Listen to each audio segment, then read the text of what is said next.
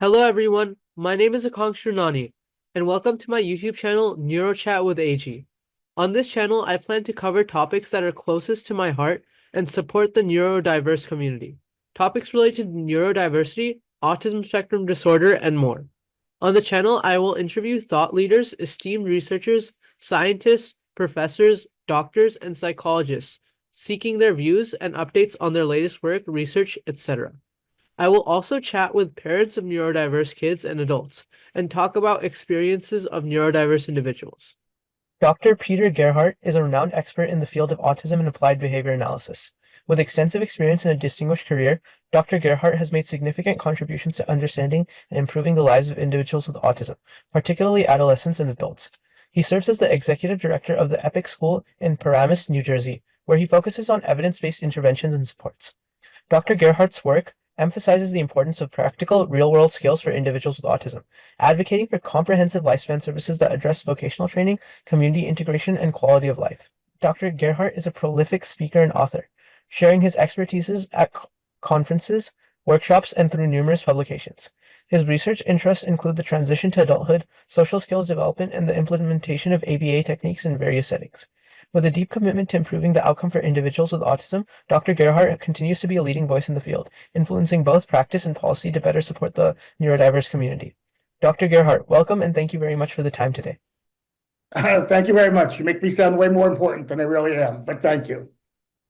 I think you are that important, but anyway, could you share your journey in the field of autism and applied behavior analysis? What initially drew you to this area of study? I started way back in 1980 when we really didn't even have much of a diagnosis of autism. We had DSM-3, and behavior analysis was really behavior modification. So it was the very early days of the field. And in both cases, with autism and with behavior analysis, I sort of walked into the classroom at the Douglas Developmental Disability Center that day back in 1980 and never walked out. I met these really fascinating adolescents who had challenges, but all had skills and abilities, and with the right instructional programs and the right motivational systems, could learn a lot and could be increasingly independent. And, you know, behavior analysis as a science, it just made sense to me. Like it worked with my worldview of how things actually do work. So it was just a nice fit. I'm one of those few people who I have done what I do for my only adult career is this. Like, I haven't switched jobs. I haven't tried 4 or 5 different, I've always worked with autism in adolescents and adults in ABA. So I consider myself incredibly lucky. Awesome. And as the executive director of the EPIC School, what are your primary goals and initiatives? How do you envision the future of autism education evolving? I think at the EPIC School, I think we sort of prioritize, I know we prioritize independence over perfection. Like, we want all our students to be as independent as possible. And, I joke about it, but I think on any given day, I'm probably 80% accurate in what I do. But I still have a pretty independent life. I still live a good life. I just, we all make mistakes. And I think sometimes we hold neurodiverse people to higher standards than we hold ourselves. Now, there are times where, like, an error is a significant error that's really problematic, but most times errors are just there to be corrected. So where I think in the past, the field would get hung up on, it has to be, this skill has to be taught to 90% accuracy across 3 days, across 4 staff, across 12 state holidays. And the question for me is, what's the outcome? That's all. And the example that I use today, you really don't have to sort laundry, unless you're buying Hermes or like really expensive stuff. You can throw it all in with cold water and, Tide and capsules, and you'd be fine. But I sort laundry, but I sort it by function. not by color. So like all the shirts go in together, all the underwear goes in together, all the pants go in together. But the outcome is that I have clean clothes. So it doesn't matter that I choose to do it that way. Even if it's not theoretically what you're supposed to do. I think we in behavior analysis need to start refocusing on our outcomes as opposed to our processes. Could you share your thoughts on the concept of neurodiversity and how it influences your approach to supporting individuals with autism? Again, I think I'm lucky in that aspect, in that in DSM 3R, I think 4, whenever we had the Asperger syndrome diagnosis was first introduced.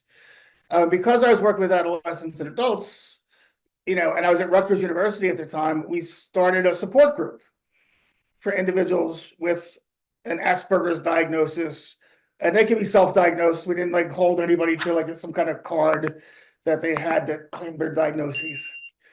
And we started with like 6 people coming to the first group, then it went to 8, and like 4 months later, we were having 30, 40 people coming to the group because there was just nothing else out there. But I got sensitized to the needs of this group that if you looked at most of them, you wouldn't think they had any sort of disability. Yet they had very complex challenges in their life that needed support. There was still this sense that, well, you have a high school diploma, you have a college degree, you don't have any sort of disability, which is not accurate. And a lot of the people who came to the group, I'm still in contact with, I'm still friends with. And I think it just sensitized me to people are people. To some extent, the labels that we assign to people, they're important for funding purposes, but for how best to support this people, they have limited value. It's who is this person? What does this person need? What do they want? And how can I best support that in a way that makes sense for them? Like that's what we have to focus on. I think the entire world is neurodiverse on some level. Like we all have, if you look at intersectionality, like what are the crisscross between, autism and gender and religion, and it gets really complex when you try and think about what the needs are of this person if we take them as a whole person and not as a set of behaviors. I think that's really important. And transitioning to adulthood can be particularly challenging for individuals with autism. What strategies do you recommend for facilitating this transition? Our philosophy is adulthood begins in preschool. And that's true for typical kids. It's true for everybody. We start to learn how to be an adult when we're very, very, very young. We make a mistake by keeping kids on the spectrum isolated from society at large by saying, oh, like they're not ready for that yet, or they're too behavior challenged, or they're too this or too that.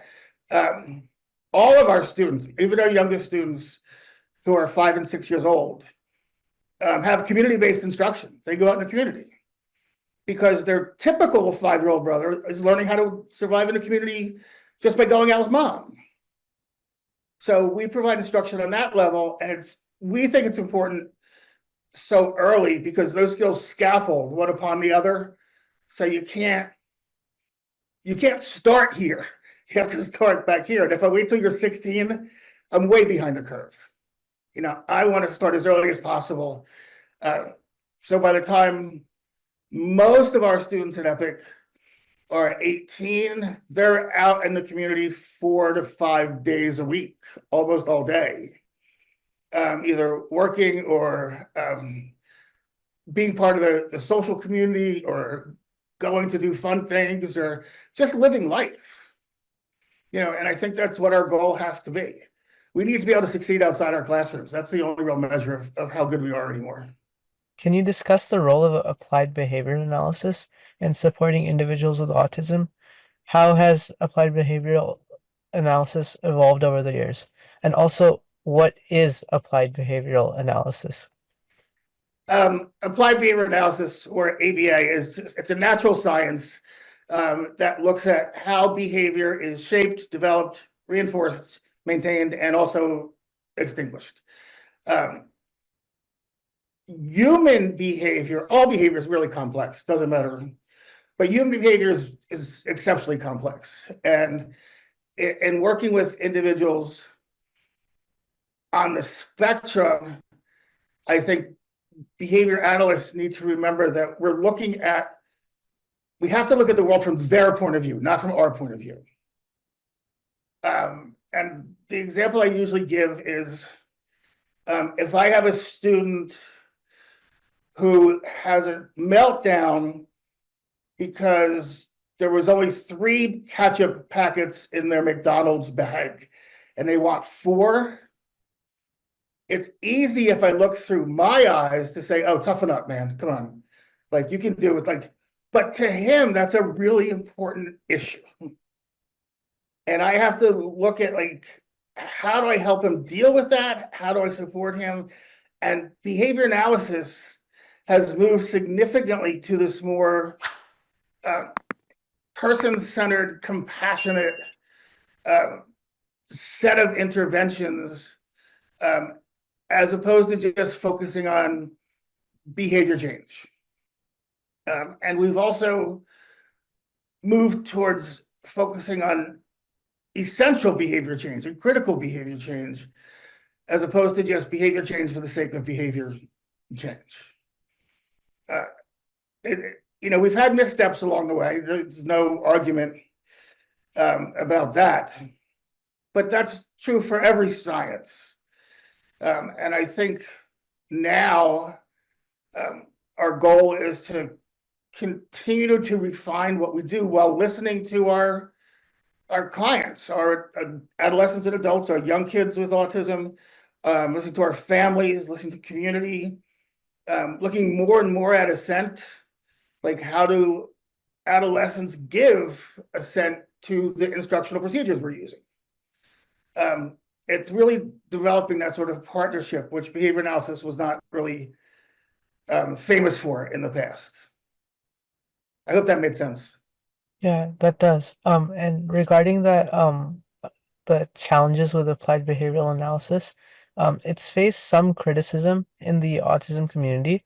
And so how do you address concerns regarding the ethical application of ABA and ensure that interventions are respectful and person-centered?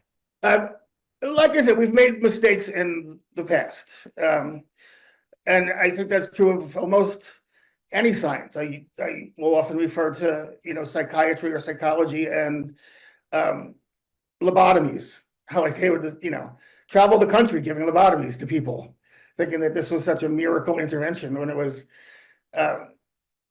highly unethical. I think we also can't fall into the trap of, bringing 2024 eyes to 1960s intervention. So we have to be aware of our failures. We have to listen, like I said, listen better to our constituencies. And I do think those situations where there may have been abusive interactions under the guise of behavior analysis, that's really just bad behavior analysis. Just like there are bad doctors and, bad chemists who are, I guess they're making like Breaking Bad, I guess. But that's not the field today. And I think we've learned from our mistakes and we've stayed true to the science, but it's shifted its starting point, where before I think the starting point was just how to change behavior. Now the starting point is, why do we have to change behavior? And I think that's a big difference in how the field is applied from when it was. And that's really, the old school is really the target of the criticism, although I'm sure some still exist today. But At least that's how I see it. And beyond ABA, what other support approaches do you believe are crucial for a comprehensive intervention plan? And how do you integrate that with the ABA practices? I think all of our students have sensory challenges. All of our adults have sensory issues. I have sensory issues. I would bet you have sensory issues. For my part, I've just learned to accommodate them because I have a bunch of other skills. But like, I don't like the feel of raw wood. So number 2 pencils, those yellow pencils with like the raw wood, like I can't use, I can't use them. I will use them. I used to joke that if a cute girl gave me the pencil, I would use it because that stimulus was more important than the negative sensory affect input. So, but I think we're not, when I talk sensory, we're not talking like sort of sensory diets or that kind of stuff. I use the term like free operant sensory, like free range sensory. We have sensory stuff all around our program, and kids are free to use it whenever they want. But there isn't like this timer goes off and now they have to go to the sensory session. Yeah. So I think that that's really supportive. We're doing a lot now on the concept of happiness. Like, how do we use the science of happiness to better support our students and adults? Because if you're happy, you're a better learner. If you're happy, you don't get pissed off as often. If you're happy, you're more engaging. So how do we use that science to bring that to our students and adults? And we're working with a group called Proof Positive, who their whole mission is merging the science of happiness with the science of autism. So I think that's an important part going forward. If we're really going to support people in a comprehensive way. Awesome. And that's a really good segue into my next question. Could you share some insights from your current research projects? What areas are you most excited about? Well, it's not a research project per se, but we're in the last stages of doing a comprehensive online sexuality curriculum. And there's like 7 parts, and it's for people on the spectrum and parents and teachers, and it's like just an overview of sexuality in general, then what you need to teach sexuality with their young kids and with older kids. There's a section on gender identity, because we know that there's a greater diversity of gender identity in the ASD population than it is in the typical population. So whether it's trans or gay or lesbian or bi or asexual, whatever, there's a slightly higher prevalence there. And society gets really wiggy when you talk about sexuality in general, but then you add any sort of disability label to it, and they get even more wiggy. So we're trying to just demystify this whole thing, that everybody has a right to being their own sexual person. Everybody has a right to a sexual life. Everybody has a right to be happy and safe and protected. So I'm really excited about that.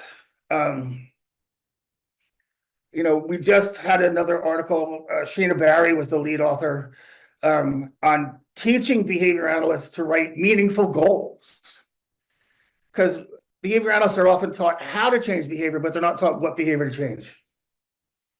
So, the project that she developed and we worked on taught a bunch of behavior analysts how to write better instructional goals for their students. And I think that that's critically important as we move forward. The other thing that I'm looking at in particular is we're just about to open an adult program for autistic adults. And we're starting from the baseline to look at how over the course of this year can we improve happiness for all of them. What measures should we be taking, what interventions should we use, and how do we bring a higher level of happiness to their lives over the course of this coming year. And I think if we can do that and document how we did that, I think that'll be a pretty important piece of information. How do you see the role of policy and advocacy in advancing the rights and opportunities for individuals with autism? I think policy and advocacy is at the heart of advancing the rights of people on the spectrum. It is critically important to respect each person as their own person.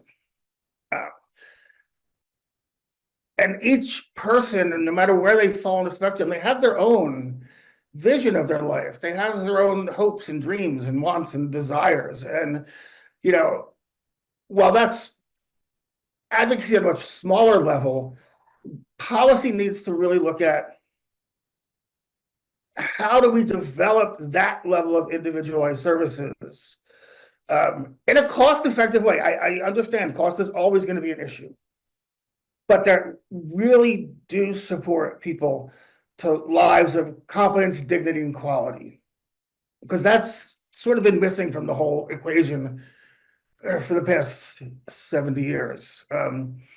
That quality of life really is the outcome measure that we're looking for.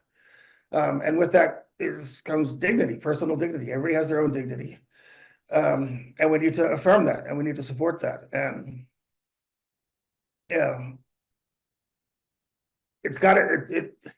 grassroots advocacy is essential in this. What are your thoughts on the future of interventions and support services? What advancements do you anticipate in the next decade? I think in the next decade, there's some really interesting research being done now on looking at some physiological precursors that could be measured, precursors to challenging behaviors such as aggression or self-injury.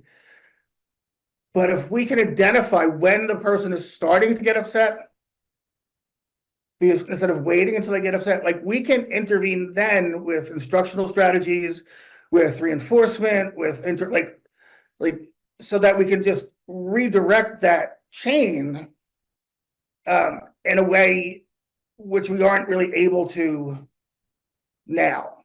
And technology is allowing us to get to that point. Technology is changing everything we do. This little thing, has more computing power than all the computers that put the Apollo 11 rocket on the moon. Technology is changing this is the greatest safety device in the world for anybody with autism, because you can set it to send your location wherever you go. You could use it just to film a video to send about where you are. You can track the phone if you want to. There's so many things that you can do from a safety point of view with a smartphone. And we're just barely scratching the surface of what's possible there. And I think looking at immersive reality, on a very basic level, it's really difficult to teach street crossing to individuals with more cognitive challenges, because it's all theoretical. I can't let you get hit. So you don't understand the downside. But if I had immersive reality and I could put you in a situation where you can get hit without getting hurt, I think you'd learn much faster how to safely cross the street. And it's already being done with surgeons. It's done with pilots.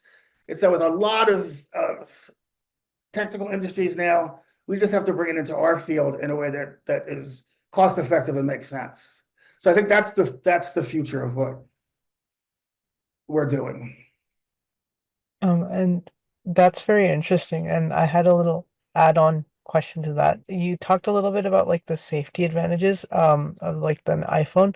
Do you think there are any negatives that all the increase in technology has had? I know the one concern that we will often hear from parents is, how do we teach him to make sure she doesn't lose her phone or lose his phone? And there are ways that we can do that. It's oddly enough sometimes easier with a woman on the spectrum, just because she may carry a bag and it's easier to put it in a bag than to remember to put it in your pocket. But these are just challenges that we have to figure out to make them effective. And one other thing with that, I think we need to remember that there's a naturally occurring error rate in the world. So if 5% of the quote unquote typical population has lost their iPhone, there's no reason to get upset if only 5% of autistic people lose their iPhone. Like, that's sort of the normative standard. So, there is no 100% out there. There's no, errors occur. We all make mistakes. We all make errors. And that's the standard we need to go for. iPhones escape sometimes maybe to not, talk to people, or prefer to use Zoom instead of in person. So I guess my question is do you see that as a problem? And if you do, how do you go around that? I see it more with my staff, quite honestly. Oh, okay. But I think that's a very good point. I think a lot of the people I've worked with will be on their iPad as much as an escape from socialization as it is that they want to watch what's on their iPad. So I think your point is very well taken. That's a good question to investigate, to see which is the driving motivation. Is it escape, or is it access to something they enjoy doing? Given the diversity within the spectrum, how do you tailor interventions to meet the unique needs of each individual? And could you share an example of a challenging case and how you address it, when you really had to change the way you did things? I had a young adult that I was working with who had a long-standing history of aggression. Really cool guy. Most of the time, he's a very happy guy, but when he got upset, he was very aggressive. Through all positive behavior supports and antecedent interventions, we had reduced aggression by 80%, but there was still 20% of the frequency was left. And I was talking to Sandy Harris, who was one of my idols and mentors and heroes. And she said that if I just listened to my student, he would teach me. He's a very patient teacher. Let him tell you why he's doing this.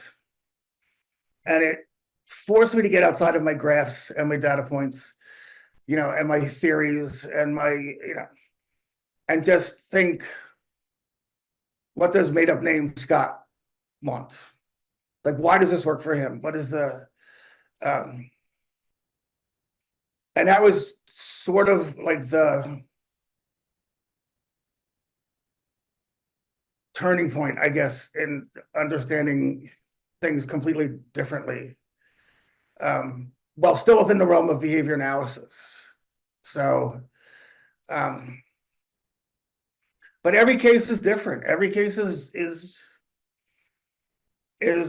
challenging. I obviously don't do this myself, but I will often point out that among the typical women I know, choice of a feminine hygiene product is a very personal choice and a very strong choice. That if they want OB, tampons, medium, whatever, that's what they want. There's no substitute available. Do we give women on the spectrum that option to discover those choices that are out there for this very intimate act, and one that is so important to their quote unquote typical peers? Historically, the answer has been no. We've just taught them to use what we had available or what mom used. I think now we're starting to ask those questions that will just make this even more complicated, that will make it even harder to do, but we'll end up with better outcomes, if that makes any sense at all. Yeah, it does. Thank you for sharing that. Okay, thank you. And what role do sensory processing differences play in your approach to interventions? And how do you incorporate sensory supports into your program? We are actually, for the adult program, as we're preparing to open, we're working with a group called Culture City, which what they do is they develop sensory friendly areas in baseball stadiums and arenas. And, they worked with Coldplay on their last tour to have a sensory friendly area, like for their concerts. But we're working with them to set up our whole adult program as a sensory friendly place. The challenge is you can't make any assumption that everybody on autism has the same sensory concerns or issues, because they're all going to be different to some extent.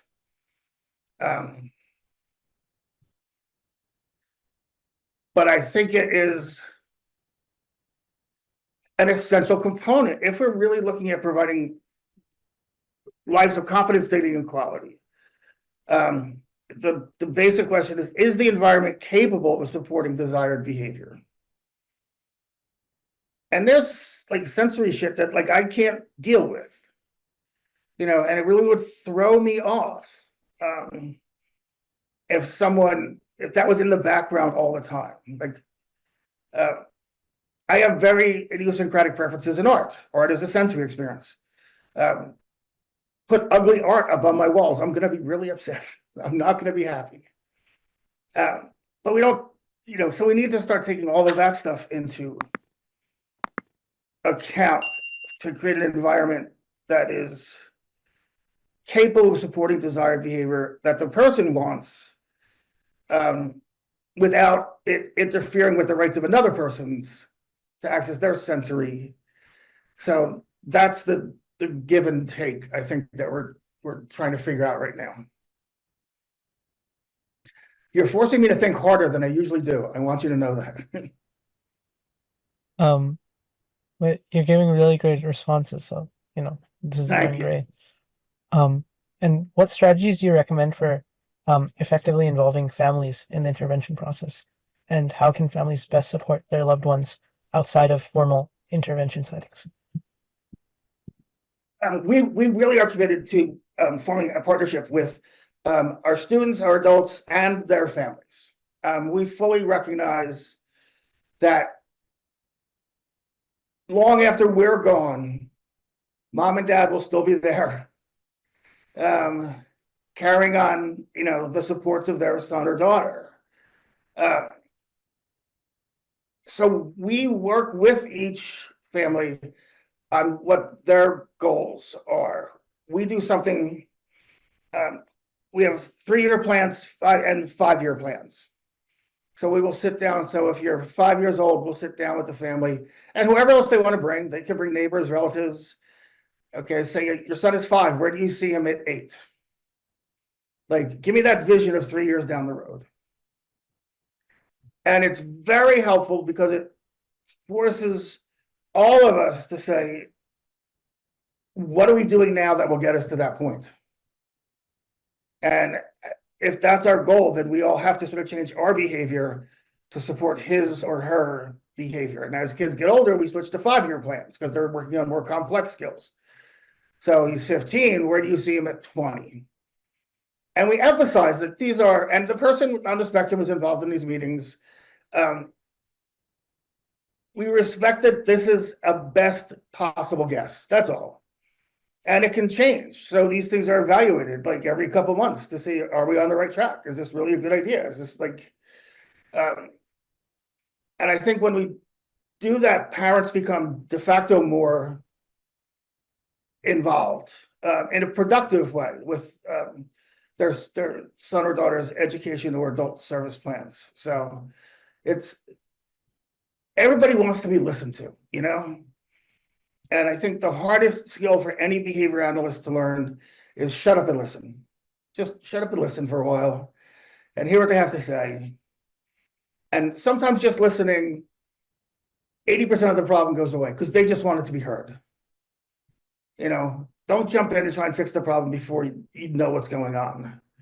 I think that's our best way to do this. What do you see as the most pressing research questions in the field today?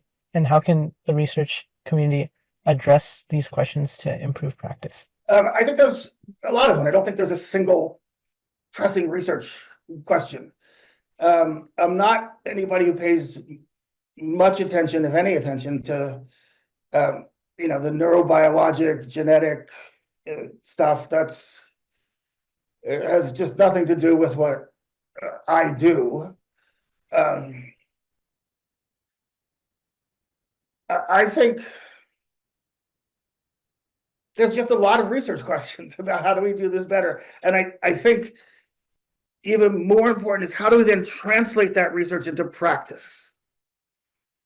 It used to be that in medicine, a new discovery would take 7 years before it got into practice.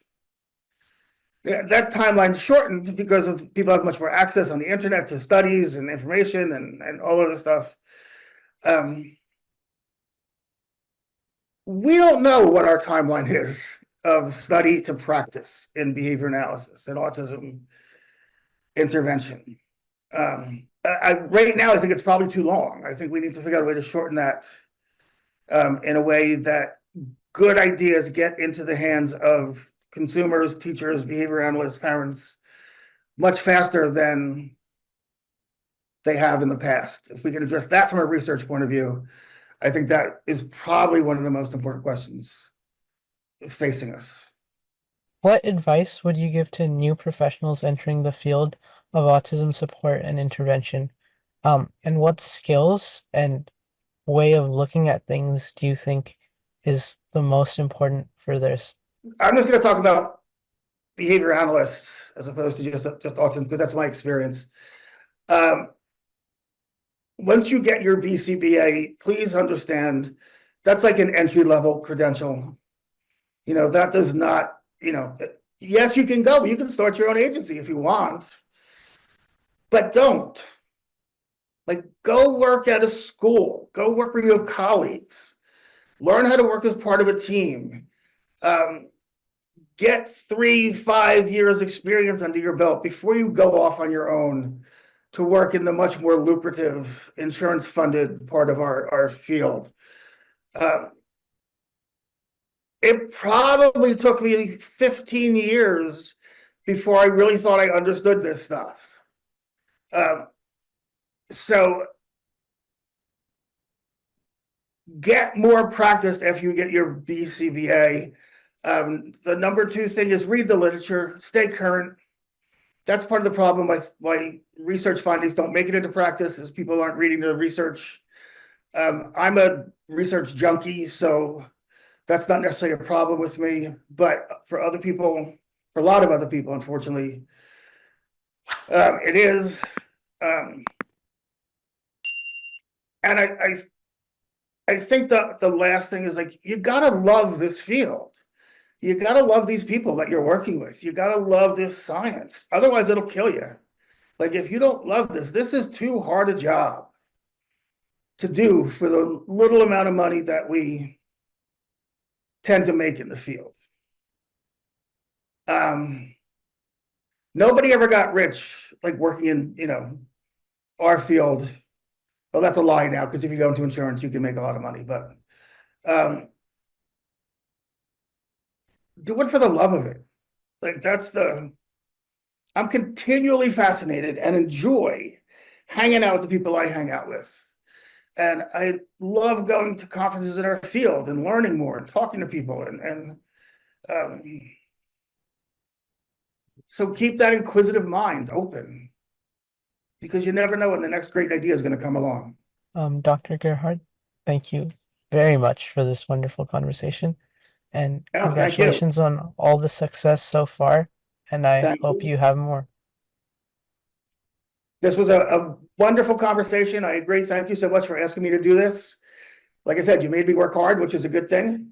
So I look forward to seeing who else you bring on your platform. Thank you so much. Have a nice day. You too. Bye-bye. Bye.